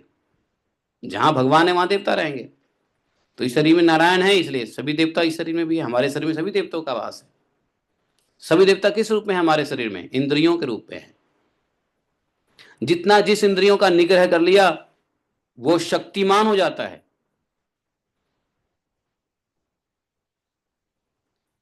कोई मौन व्रत करेगा तो उसके जीवा में ऐसी शक्ति आ जाएगी कि एक तो बोलेगा नहीं, जो बोलेगा सत्य हो जाएगा। कोई व्यक्ति आंख है, आंख को ज्यादा से ज्यादा बंद करके रखो, आंखों में शक्ति आती है, मालूम है? आंखों में शक्ति आती है आंख को बंद करने से। मैं आपको एक मेडिकल साइंस की रिपोर्ट बता रहा हूं। एक व्यक्ति का आंख ठीक हो गया सिर्फ इस प्रैक्टिस से कि वो 16 घंटा आंख बंद करके रखता था। सोते हुए नहीं, सोते हुए के अलावा। गांधारी की शक्ति देखो। हम्म। पिता देवीदासी माता को गांधारी की भी याद आ गई। सही बात है, गांधारी की शक्ति को देखो। जिस अंग को आप निग्रह कर लोगे उसमें बड़ी शक्ति आ जाती है। हाथ है, हाथ का प्रयोग आप ज्यादा मत करो, इसमें शक्ति आ जाती है। हाथ का गलत प्रयोग मत करो। हाथ का प्रयोग किसी माया के लिए मत करो, किसी अ, भौतिक स्वार्थ के लिए मत करो। हाथ में शक्ति आ जाती है। मुंह को बंद करो, शक्ति आ जाती है। आंख को बंद करो, आंख में। कान है, कान को मत सुनो, कान में शक्ति आ जाती है।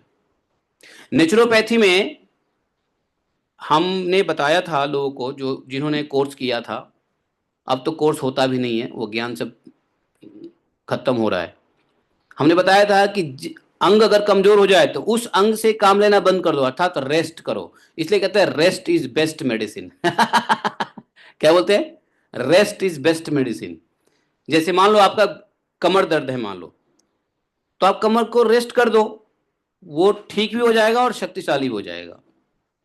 किसी को शरीर में कहीं कोई प्रॉब्लम है तो उस अंग को रेस्ट दे दो। नेचुरोपैथी का एक सिद्धांत है कि उस अंग को रेस्ट कर दो। रेस्ट, बस। गले में प्रॉब्लम है, चुप हो जाओ, बोलो मत, गला ठीक हो जाएगा, फिर बोलो।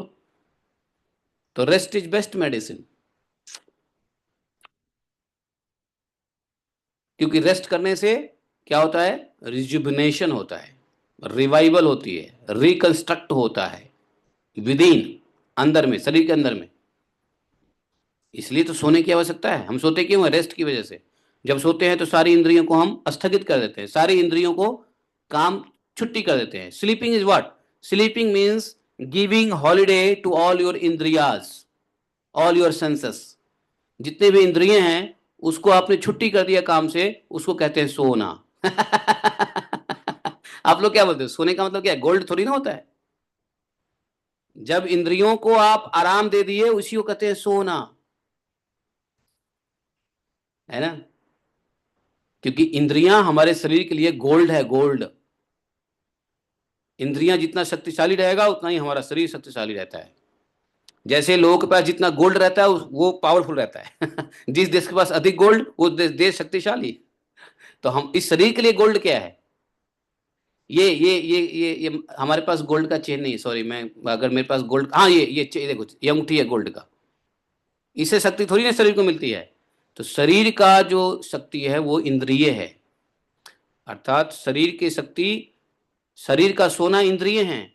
इसलिए जब इंद्रियों को रेस्ट देते हैं उसका नाम दिया सोना। सो जा, सो जा, सोना। सोना इसलिए पड़ा है, आंख बंद करके सोने का नाम सोना क्यों पड़ा? क्योंकि इंद्रिय गोल्ड की तरह है, हमारे बॉडी के लिए सोना की तरह है। सोचो विचारो तो समझ में आवे, विचार ही नहीं करेंगे तो क्या समझ में आएगा? तो बहुत अच्छा श्लोक मिला हम लोग को, छठे, चौथे और 31वें श्लोक। अब आगे बढ़ते हैं। देखो क्या कहा दक्ष प्रजापति ने। भागवतम में ऐसे ऐसे अन्य इतने विषय भरे पड़े हैं कि जरा श्लोक के ऊपर रुक के सोचोगे ना तो इसके मीनिंग इतना डीप डाइविंग होता है, आप खो जाओगे इसके मीनिंग में। यह है रसमाल है, एक श्लोक मतलब एक रसगुल्ला, रसमालयम। ऐसे ऐसे 18,000 रसगुल्ले भरे पड़े हैं भागवतम में। कभी कभी तो एक ही श्लोक में कई रसगुल्ले का टेस्ट आता है। ऐसे भगवान के गुण, कल्याण और प्राकृत और अनंत, भगवान को क्या कहते हैं? नमस्कार है, मैं नमस्कार करता हूं। नमो अनंत गुणाय। अस्तीति नास्तीति, अगला श्लोक है अस्तीति नास्तीति, अर्थात आप अनंत हैं, आपका न तो कोई प्राकृतिक नाम है और न कोई प्राकृतिक रूप है, फिर भी जो आपके चरण कमलों का भजन करता है, आप अपने भक्तों पर अनुग्रह करने के लिए आप अनेक रूपों में प्रकट हो जाते हो और अनेक लीलाएं करते हो। वास्तव में आपका कोई प्राकृतिक रूप नहीं है, ना कोई प्राकृतिक नाम है। भगवान बिना नाम के हैं। भगवान ने स्वयं भी कहा था रुक्मिणी माता को। तो ये सब नाम क्यों रखते हो, क्यों प्रकृति रूप में आते हो? भक्तों पर अनुग्रह करने के लिए। शैतान को नाश करने के लिए भगवान को आने की आवश्यकता नहीं है। भक्तों पे अनुग्रह, वास्तव में भगवान का जो प्रकट होता है भक्तों पे अनुग्रह करने के लिए है। ऐसे ही अनुग्रह भगवान ने आज के दिन में किसको किया था? भक्त प्रहलाद। भक्त प्रहलाद के ऊपर अनुग्रह करने के लिए आज के दिन भगवान आए थे। इसलिए आज हम लोग क्या मना रहे हैं? नरसिम्हा चतुर्दशी। आज उपवास भी है, समझे क्या? आज, हाँ हाँ, हाफ डे, हाफ डे कुछ नहीं खाना है, उसके बाद खाना हो तो एकादशी का। हाँ, साफ नहीं तो हाफ, ठीक है। तो और हम लोग आज करेंगे शाम को नरसिम्हा होमम, यज्ञ करेंगे छत पे, नरसिम्ह होम करेंगे आज। ठीक 6:30 बजे शुरू करेंगे, 7:30 बजे खत्म करेंगे।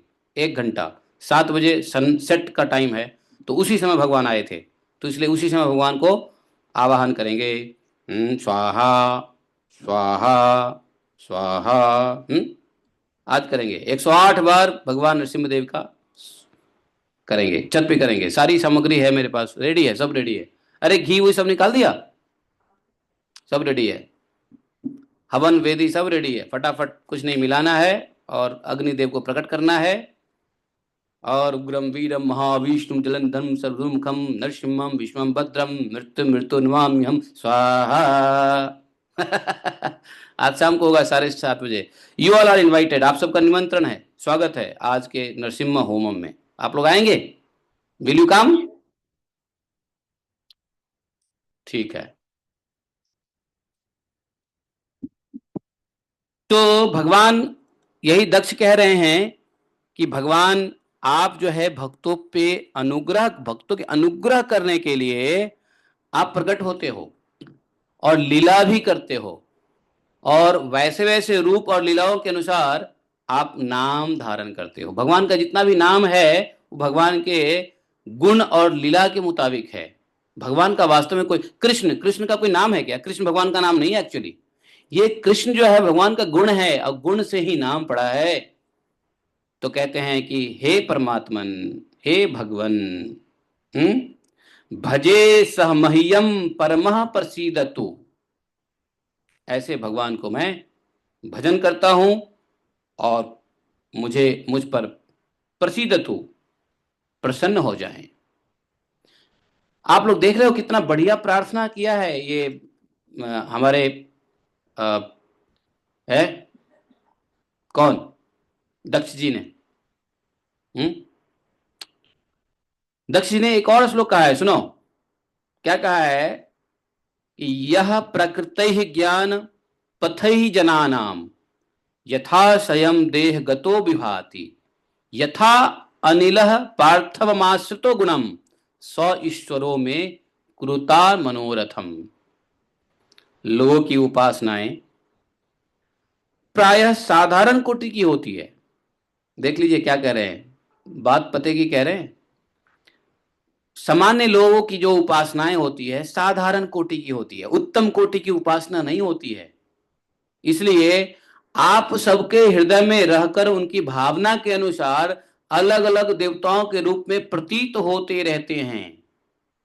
अगर हमारी भावना यदि किसी अन्य देवी देवता के प्रति है तो भगवान उसी देवी देवता के रूप में प्रतीत होते रहते हैं। ठीक वैसे ही जैसे हवा गंध का आश्रय लेकर कभी सुगंध में प्रतीत होता है तो कभी दुर्गंध में प्रतीत होता है, कभी बिना गंध में प्रतीत होता है, परंतु वास्तव में है हवा का कोई गंध नहीं है। आपको मालूम है ना, हवा का कोई गंध नहीं है, there is no smell in air. तो फिर सुगंध और दुर्गंध कहां से आया? तो सुगंधित और दुर्गंधित वस्तु से छू करके हवा चलता है, इसलिए हवा सुगंधित और दुर्गंधित होता है, वरना हवा का कोई गंध नहीं है। हवा का कोई गंध नहीं है, हवा न्यूट्रल है, समझे? ऐसे बहुत सारे गैस भी हैं प्रकृति में जो कोई गंध नहीं है। आपको मालूम है, आप लोग जो रसोई में भोजन बनाते हो, वो जो गैस, गैस का कोई गंध नहीं है। वो गैस है खतरनाक लेकिन कोई गंध नहीं है। तो बोले नहीं नहीं, वो लीक होता है तो हमको तो पता चलता है। अरे उसमें गंध मिलाया जाता है कि गैस लीक हो तो पता चले, इसलिए गंध मिलाया जाता है। वो होता है गंधहीन, रंगहीन, गंधहीन, ऑडोरलेस। इसलिए हवा में कोई ऑडोर नहीं। क्या बोलते हैं उसको? ऑडोर बोलते हैं ना अंग्रेजी में। अंग्रेजी टीचर यहाँ कोई है बताओ? ऑडोर बोलते हैं ना, ऑडोरलेस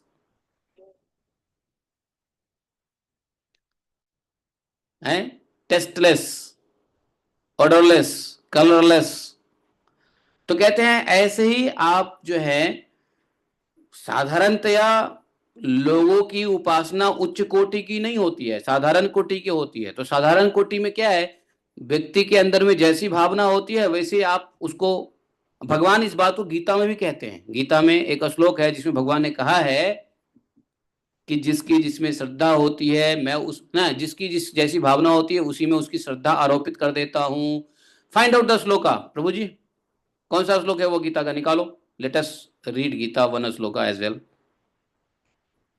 वो श्लोक कौन सा है जिसमें भगवान ने कहा है जिसकी जैसे है श्रद्धा आरोपित कर देता हूं इच्छा के अनुसार नहीं? मैं निकालूं गीता।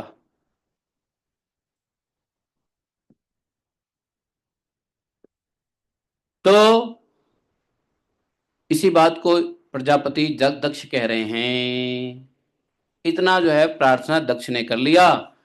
अब श्री सुखदेव महाराज कहते हैं, इति अस्तुत संस्तुवतः स तस्मिन् घमर्षणे अविरासित कुरुश्रेष्ठ भगवान भक्तवत्सलः कृतपादः सुवर्णाम से प्रलम्बाष्ट महाभुजः चक्र शंखा शिचरे मेषु धनु पाश गदाधर है।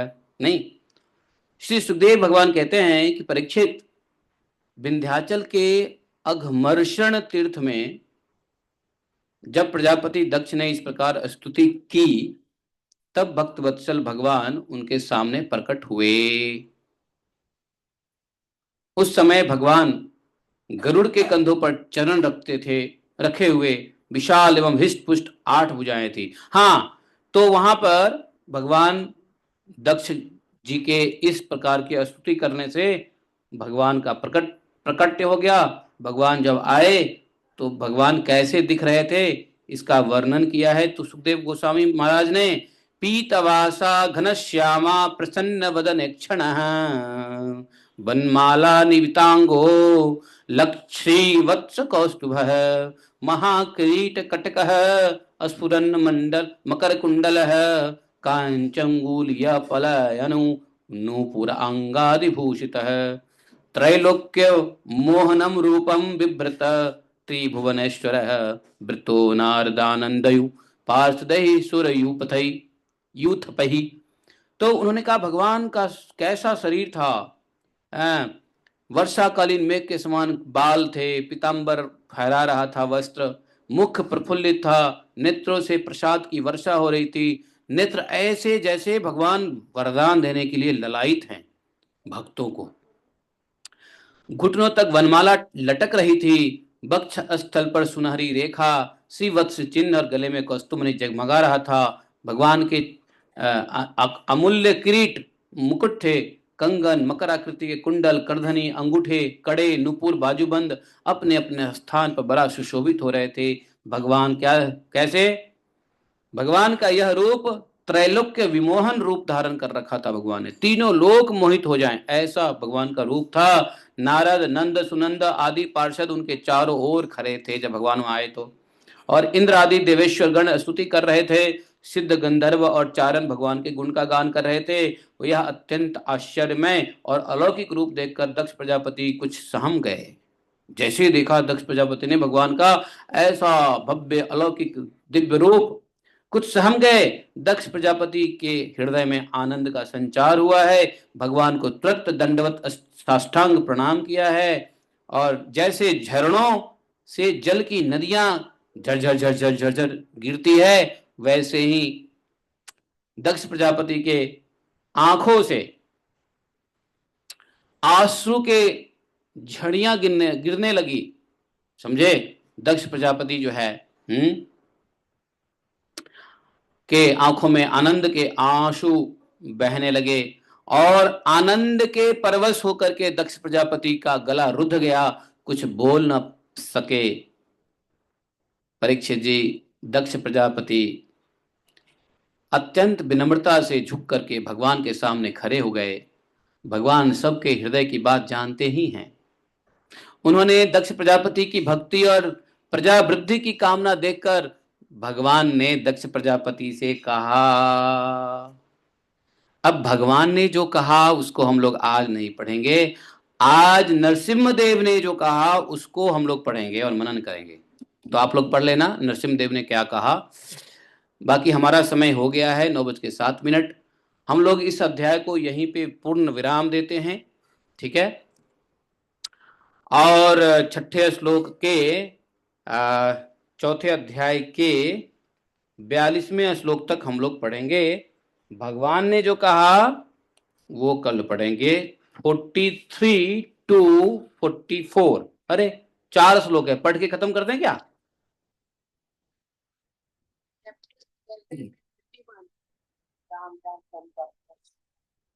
हाँ हाँ, कौन सा चैप्टर है? 7 का 21। हाँ ओके, 7 का 21 है। अच्छा, वेरी गुड। हा यो यो याम याम तनुम भक्त श्रद्धया चितुमिच्छति तस्य तस्य अचलां श्रद्धां ताम एव विदधामि हम। यही भगवान ने कहा। जो जो सकाम भक्त जिस जिस देवताओं स्वरूप में श्रद्धा से पूजना चाहता है, उस भक्त की श्रद्धा में उसी देवताओं के प्रति स्थिर करता हूं। यही बात दक्ष जी ने भी कहा था। ठीक है, बहुत बढ़िया। तो एक काम करते हैं, भगवान की ये बात सुन करके 5वां अध्याय कल शुरू करेंगे। आज हम लोग यहीं पे विश्राम करते हैं। आप लोगों को शाम में भी उपस्थित होने की तैयारी करनी है। बोले ग्रंथराज श्रीमद् भागवतम की जय। एकम शास्त्रम देव की पुत्र गीतम, एको देवो देव की पुत्र एव, एकम मंत्र श्रुत नामानि यानि कर्मापि तस्य देवस्य सेवाः। त्वमेव माता च पिता त्वमेव, त्वमेव बन्धुश्च सखा त्वमेव, त्वमेव विद्या द्रविणं त्वमेव, त्वमेव मम सर्वदेव देवः। कृष्णाय वासुदेवाय हरये परमात्मने प्रणक्लेशनाशाय गोविन्दाय नमो नमः। हे कृष्ण करुणा सिन्धो दीनबन्धु जगत्पते गोपेश गोपिका कान्तं राधाकान्तं नमोऽस्तुते। तप्त कांचन गौरांगी राधे वृंदावनेश्वरी वृषभानुसुते देवी प्रणमामि हरिप्रिये। वाञ्छाकल्पतरुभ्यश्च कृपा सिन्धुभैव च पतितानां पावनेभ्यो वैष्णवेभ्यो नमो नमः। जय श्री कृष्ण चैतन्य प्रभु नित्यानंद, श्री अद्वैत गदाधर श्रीवासादि गौर भक्तवृंदा। हरे कृष्णा कृष्ण कृष्ण हरे हरे, हरे राम राम राम हरे हरे। जायति ते अधिकं जन्मना व्रज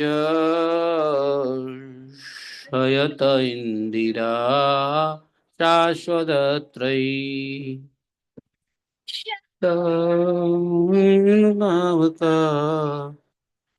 तवास्तां विचिन्वते शये साधु जाति सा सरसि जोदर श्री सादृश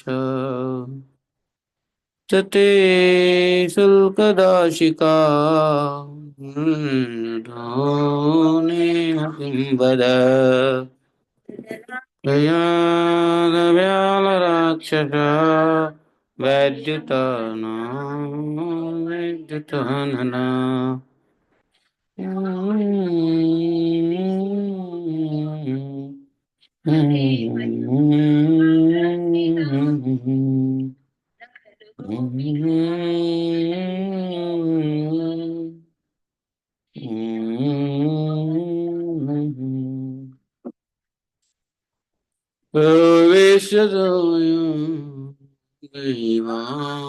सत्ततां कुले वयम्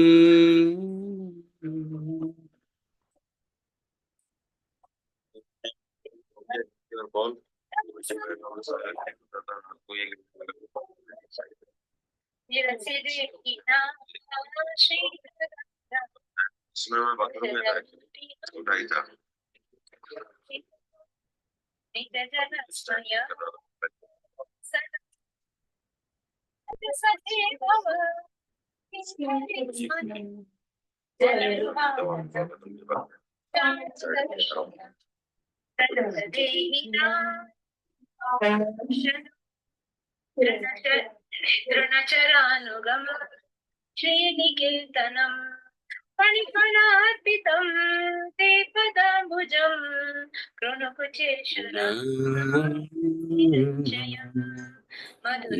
गिरा फल्गुवाक्यया पुष्करिणया पुष्करीक्षण श्रीमान् यते अदरसि